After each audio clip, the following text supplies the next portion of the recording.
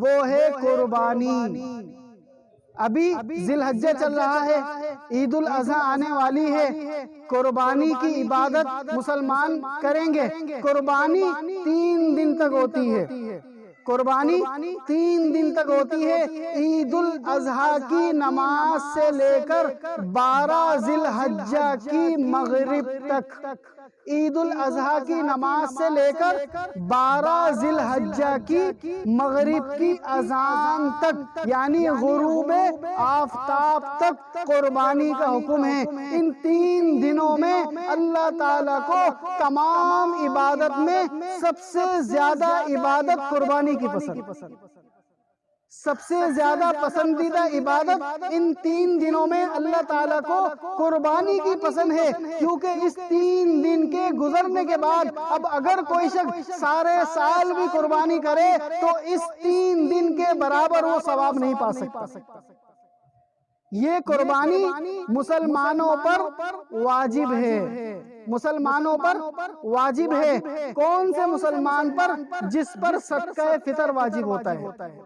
جو مسلمان عاقل ہے، عقل مند ہے، پاگل نہیں ہے، جو مسلمان بالغ ہے، بچہ نہیں ہے، جو مسلمان مالدار ہے، فقیر نہیں ہے، جو مسلمان مقیم ہے، مسافر نہیں ہے، جو مسلمان ہے، کافر نہیں ہے، جس کے اندر یہ 5 چیزیں ہیں، اس پر قربانی واجب ہے۔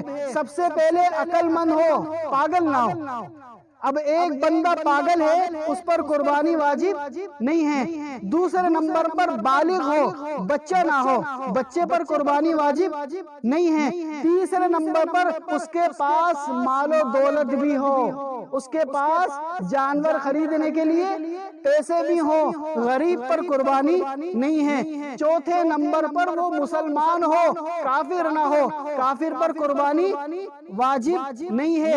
اسی طرح وہ مسلمان مقیم بھی ہو، مسافر نہ ہو، رہتا کراچی میں ہو لیکن کسی اور شہر میں ہو تو اس پر قربانی واجب نہیں ہے۔ اسی طرح قربانی کے واجب ہونے کے لیے چند چیزوں کا جاننا ضروری ہے۔ سب سے پہلے ہے نصاب۔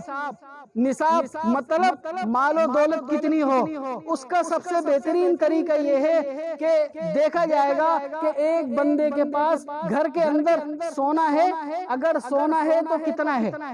اگر اس کے گھر میں 7.5 تولہ وزن کے برابر سونا ہے، 7.5 تولہ وزن کے برابر سونا ہے، یا سونے کی قیمت کے برابر کوئی کیش رقم ہے، نقد رقم ہے، تو اس پر قربانی واجب ہے۔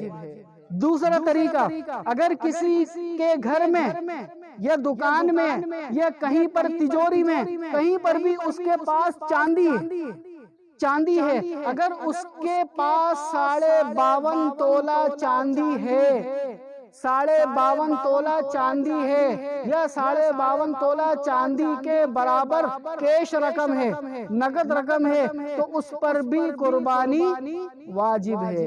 تیسرے نمبر پر ایک بندہ تجارت کرتا ہے، کاروبار کرتا ہے، اس کے پاس دکان کے اندر، فیکٹری کے اندر، گودام کے اندر اتنا مال پڑا ہوا ہے کہ اس کی قیمت 52.5 تولہ چاندی کے برابر ہے، اس پر بھی قربانی واجب ہے۔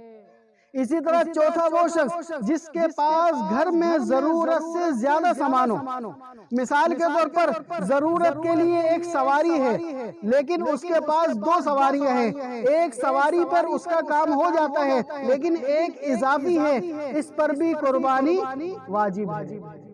تو قربانی کے واجب ہونے کے لیے اتنی مالیت کا ہونا ضروری ہے۔ اب آپ یہ سمجھیں، 10 قرآن 10 حدیث اصلاحی بیانات فقہی مسائل اور وظائف کے لیے مفتی ابو بکر انصاری کے چینل کو سبسکرائب کریں۔